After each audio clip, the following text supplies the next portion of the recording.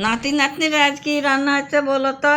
বিলে রাই খয়রা মাছ দিয়ে কুমড়োর শাক রান্না। তেল মশলা কমে, সাধারণের মধ্যে অসাধারণ, একদম গান বাংলা রান্না। তুমি মাছগুলা কুইটি বাছিয়ে ধুয়ে নিয়ে আসি লবণ হলুদ দিয়ে ভালো করে মাখিয়ে রেখে দেবো। এবারে কুমড়ির শাকগুলা ভালো করে কুইটি বাছিয়ে ধুয়ে নিয়ে আসবো। এমনি করে বিলের মাছ আর কুমড়ির শাক দিয়ে রান্না অসাধারণ লাগে খেতে। আমার দিদিমা আগে রান্না করতো। এবার শিলপাটায় সাদা সর্ষে কাঁচা লঙ্কা দিয়ে মিহি করে বাইকে তুলে নেবো।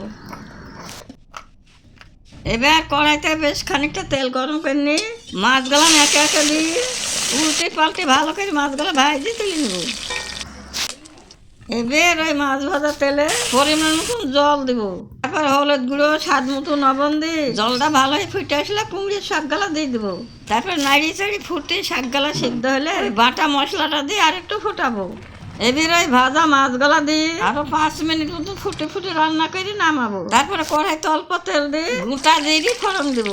এবার ওই তরকারিটা তেলে দিয়ে ভালো করে নাড়িয়ে চাড়িয়ে আরো 2 মিনিট মতো রান্না করে নামিয়ে নেবো।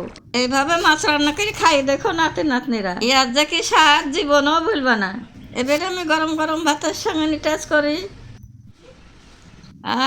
কি স্বাদ। সবাই ভালো থাকো।